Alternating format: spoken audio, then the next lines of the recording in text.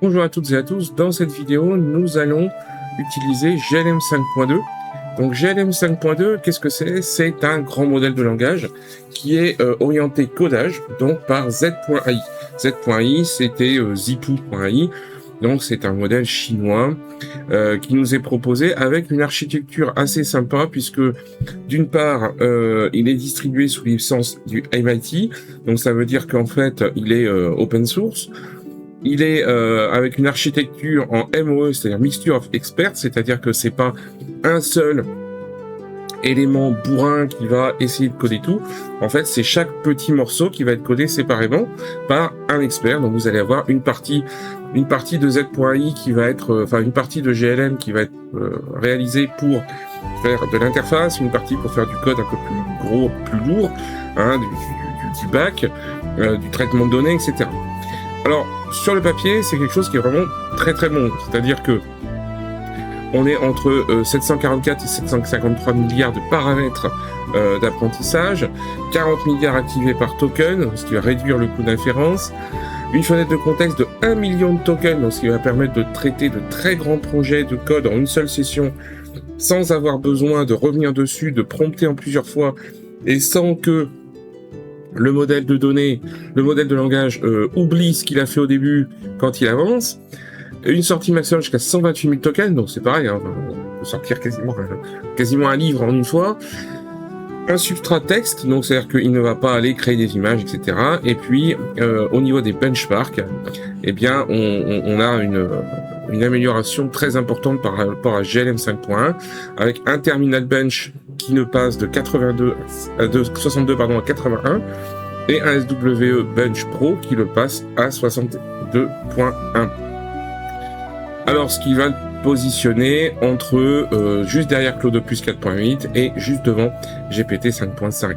Donc, ce qui veut dire que sur le papier, c'est un modèle qui est vraiment très bon pour coder. On va voir justement ce que ça donne en vrai, sur un vrai projet, puisque, bien entendu, le problème des benchmarks, c'est que le benchmark, ça fait du codage lourd, bourrin, hein, c'est-à-dire qu'on essaie de coder des choses.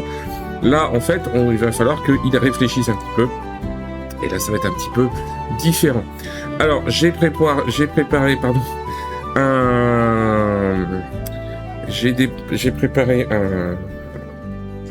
comment on appelle ça, un prompt pour pouvoir travailler dessus.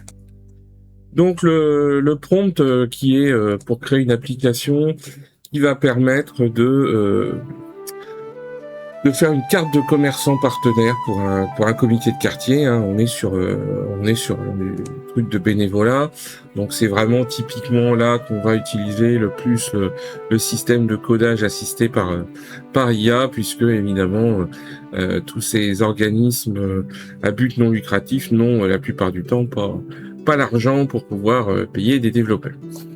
Donc on va tout simplement prendre ce prompt. Alors je l'ai préparé avant. Je peux le donner hein, sur demande, mais malgré tout, on n'a pas vraiment d'intérêt. Voilà. Donc le prompt, je l'ai quand même bien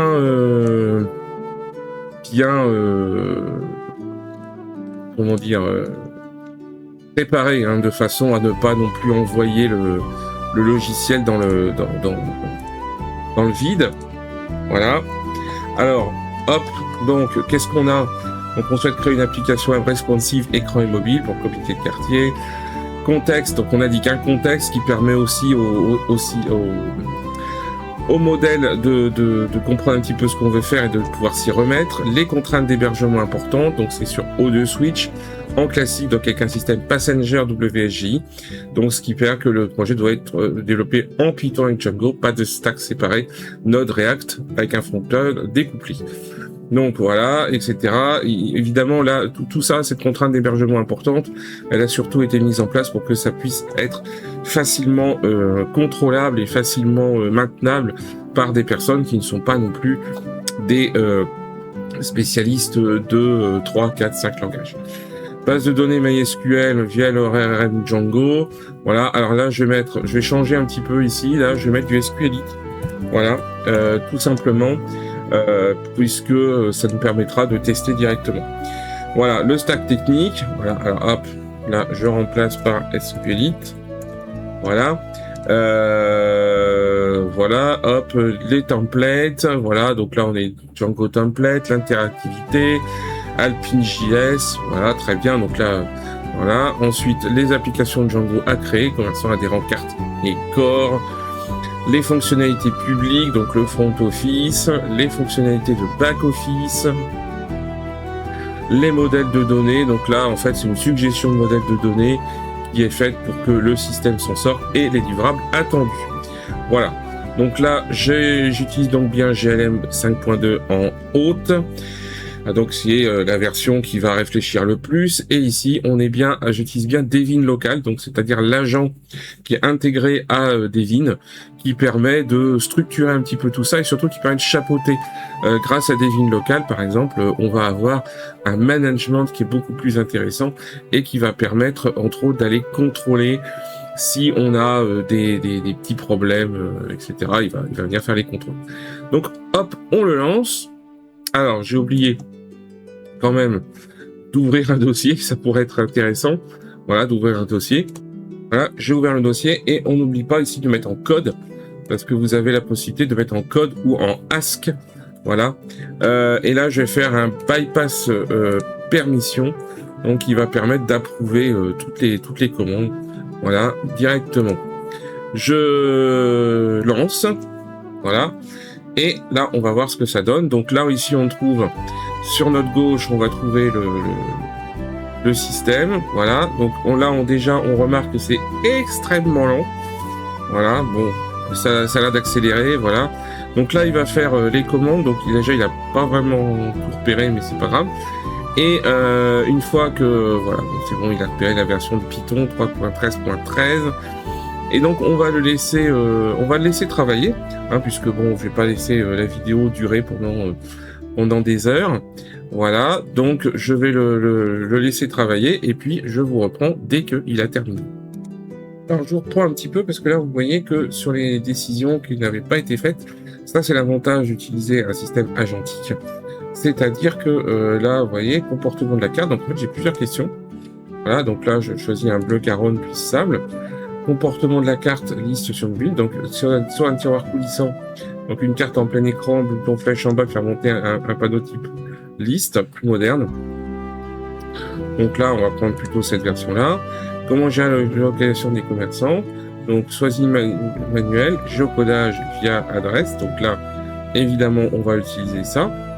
Voilà, hop, et puis peut-il différencier les rôles dans l'admin dès maintenant? Oui, donc les super admins et le groupe bénévole, oui, tac, voilà, tac.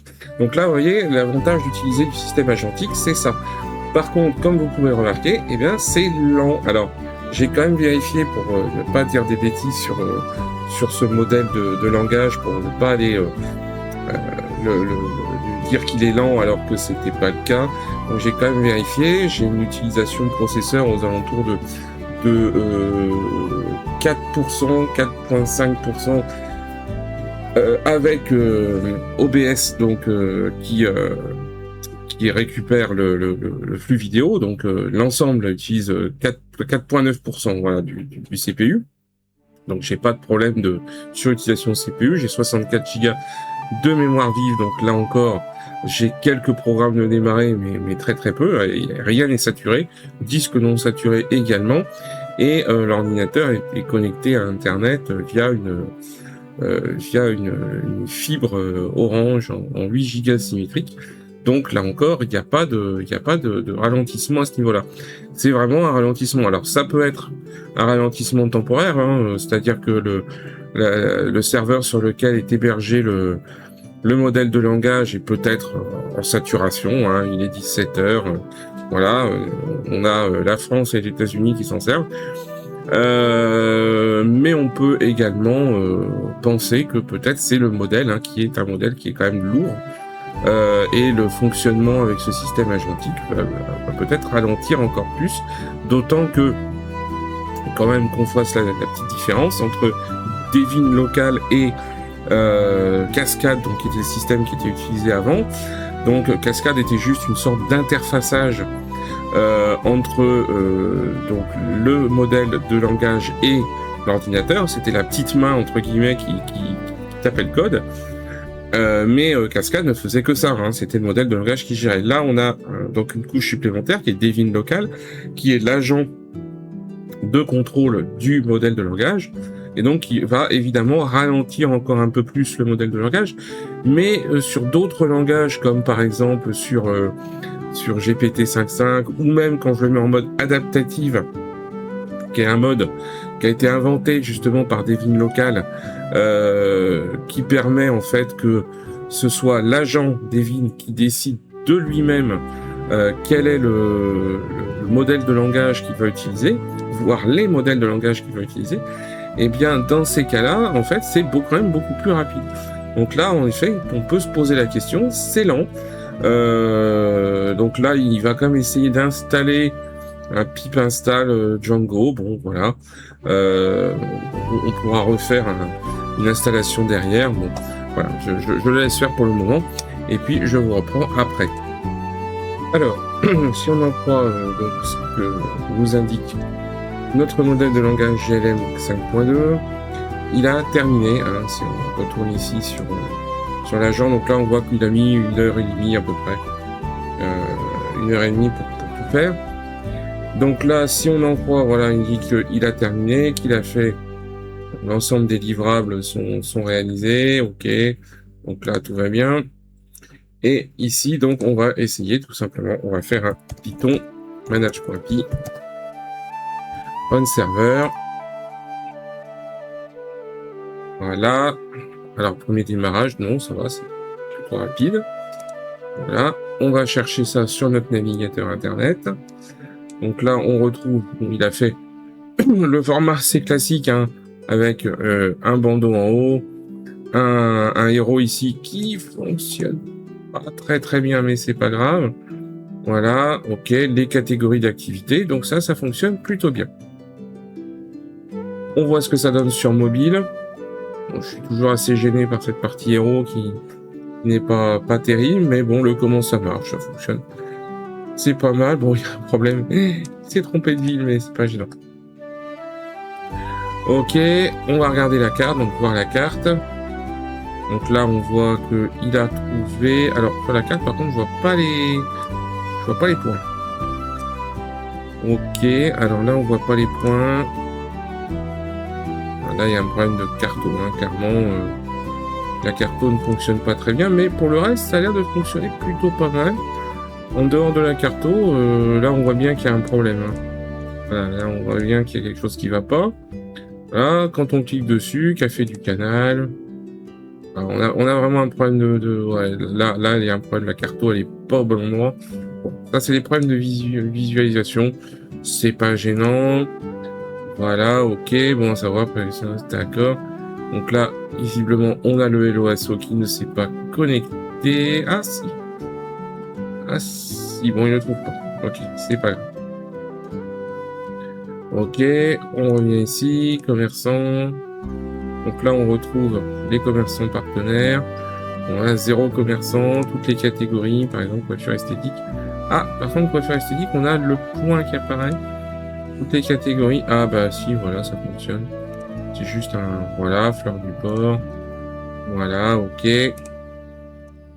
Bon, par contre, c'est vrai que l'interfaçage est pas top, hein, parce que là, je peux pas cliquer. Donc là, en gros, si soit je me mets sur la liste, soit sur la carte. Là, c'est le problème de l'affichage, mais enfin, on voit que ça fonctionne quand même pas trop mal. On va aller sur l'interface d'administration. Donc là, il nous met un admin 1, 3, 4, 5. Voilà. Ok, donc là, il nous trouve les adhérents. Bon, ça fonctionne. Les commerçants. La possibilité d'ajouter un commerçant, visiblement. Nom du commerce, ouais. Ça fonctionne assez bien. Voilà, catégorie. Je peux ajouter une catégorie. Ok, donc là, ça... Ok, très bien. Catégorie boulangerie, pâtisserie, type d'activité, adresse. Donc là, on va essayer avenue du Lazaret, 7000 La Rochelle. Alors, cliquez sur je localiser l'adresse. Il n'y a pas le bouton. C'est un peu gênant. Là, on a quand même pas mal de problèmes d'interface. Hein. Voilà. Mais bon, globalement, au niveau de la partie, on va dire, au niveau de la partie purement, c'était pas trop mal. Franchement, c'est pas mal du tout. Il y a vraiment juste le. Par contre, si je vais sur commerçant, qu'est-ce qu'il nous fournit? Et puis sur le tiroir. Là, on a bien le truc, ok, altitude, longitude, les horaires d'ouverture, l'image. Par contre, où sont les éléments? Là, on n'a pas cette partie-là. Hein. On a les catégories.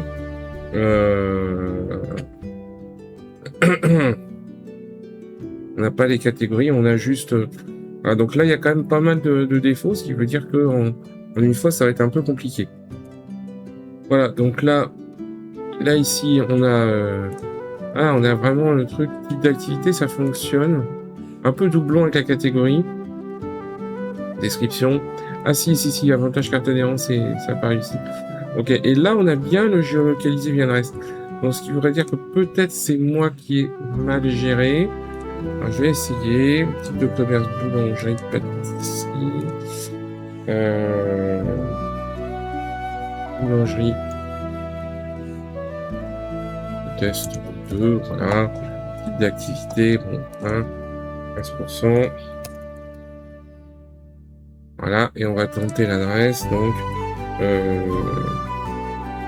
12 avenue du Lazaret. 7000. Là, on enchaîne. Et on n'a pas... Il y a vraiment un problème. Alors, peut-être qu'il faut que je fasse enregistrer. Et voilà. Alors, c'est un classique, hein, ça, sur... Voilà. Ça, c'est un classique sur Django. Ça remet pas à jour tout de suite. Donc là, je vais ici, boulanger test. Évidemment, on a la carte qui ne fonctionne pas. Bon. Alors, ce qu'on peut remarquer, hein, parce que quand même, on va... Là, je vais prendre boulangerie. Voilà, on trouve bien. Ça fonctionne. Alors, ce qu'on retrouve, globalement, qu'est-ce qu'on peut donner comme bilan? Le bilan là-dessus, c'est que, en effet, de façon générale, on va dire que ça fonctionne. C'est-à-dire que le plus gros du travail a quand même été effectué en 1h15, ce qui n'est pas déconnant. Le plus gros a été fait, la base de données fonctionne, le modèle de données fonctionne, hein, puisque là on voit bien que on a les données, hein, donc voilà. Donc, on va dire que tout le développement lourd est correct, il n'y a pas de problème. Tout le développement lourd fonctionne bien. Le problème, bien sûr, vient au niveau de l'interface. Alors, elle est simpliste. Il n'y a pas vraiment d'effet JavaScript, etc. Elle est simpliste. Elle a des bugs, puisque, bon, tantôt, voilà, ça s'affiche pas au bon endroit, etc. Donc, alors, après, GLM n'a jamais été un modèle qui a été vraiment très efficace pour les interfaçages. On n'est pas sur, par exemple, du Gemini qui lui est vraiment très orienté et très bon pour faire des interfaces. Donc finalement il reste assez cohérent. On a quelques défauts, hein, là vous voyez par exemple on reste sur 0 commerçant. Voilà. Il y a des bugs, hein, on peut pas dire qu'en une fois c'est bon, c'est fonctionnel. Mais globalement le plus gros est fait, hein, le plus lourd est fait, le modèle de données est fait. Ce qui veut dire que finalement toutes les petites corrections qui sont essentiellement des corrections d'affichage pourrait être fait avec un second prompt de correction d'affichage en faisant la liste intégrale de tout ce qui ne va pas, en indiquant petit 1, petit 2, etc. Et ensuite retourner sur Devin et lui demander de corriger ça avec un modèle soit automatique, soit en choisissant un modèle plus adapté comme justement Gemini Pro. Voilà. Donc, globalement, on peut considérer qu'on va être sur du développement un peu lourd, on va être sur du, on va dire 4 sur 5, voilà, puisqu'il a réussi à aller trouver les bons éléments, il a fait le install tout seul, il a fait les migrations tout seul, voilà, c'est correct. On a quelques interfaçages à revoir. On a ensuite la connexion avec Helloasso qui est elle aussi à revoir. Alors, on a toujours cette problème d'interface ici, mais c'est pas grave, hein, on est vraiment sur quelque chose qui peut être facilement corrigible, voilà. Donc on a pas mal de choses que l'on peut voir, qu'on peut corriger. Donc bon, globalement, je pense qu'en effet, ça nous fait quand même gagner pas mal de tokens, hein, puisqu'il est gratuit. Après, on a toujours le petit défaut, hein, si on regarde un petit peu le code. Alors, il y a quand même un gros progrès qui a été effectué. J'ai été faire un petit tour dans le code tout à l'heure. Bon, déjà, on sépare le dev et le prod, ce qui est quand même pas mal du tout. C'est pas par défaut dans Django, hein. Et puis, donc là, on a vraiment une gestion qui est vraiment séparée. Voilà, apps, etc., commerçants, adhérents. Et là, si on regarde, par exemple, le modèle de données, ben, on se rend compte que par rapport aux versions précédentes, c'est beaucoup moins boîte noire. Le défaut, hein, c'était vraiment le côté boîte noire. C'est-à-dire que on avait on savait pas ce qui se passait, c'était du code qui était très compliqué, ça modifiait plusieurs fois, donc c'était vraiment pas agréable du tout à corriger et à auditer. Là, on est quand même sur quelque chose qui est beaucoup plus facile à auditer. En revanche, on remarque bien dès le départ qu'il y a des choses que, par exemple, ici, qu'on n'affiche pas sur l'affichage. Donc, ça veut dire qu'en effet, il a eu une vision plutôt bonne au niveau du back. Et en effet, quand il a commencé à attaquer le front, il a fait un front qui est hyper simpliste et sur lequel il n'a pas utilisé. J'ai regardé un petit peu. On peut considérer qu'il a utilisé à peu près 80-85% de ce qu'il a fait en back. Il aurait utilisé en front. Il n'a pas créé de front spécifique, de back spécifique pour qu'on puisse mettre à jour les adhérents de façon simple, etc. Alors que ce sont des fonctions qu'il a générées. Donc on a vraiment un problème juste sur l'interface qui peut être corrigé en utilisant un autre modèle. Donc on va dire que d'une façon globale, je lui mettrai un 3 sur 5 en utilisation, puisque globalement on va perdre un petit peu de temps à aller effectuer ces petites corrections après avoir fait l'audit. Mais l'audit de toute façon, dès l'instant où on utilise de l'IA, il faut le faire. Donc ça change rien, il faut le faire, on le fait.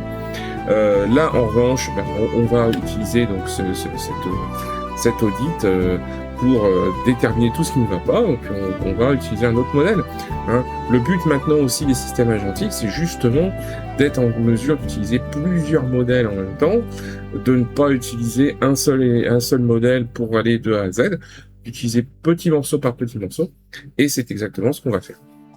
Voilà, donc cette vidéo est maintenant terminée. Je vous souhaite une bonne journée, puis je vous dis à bientôt pour le prochain test. Voilà, à très bientôt.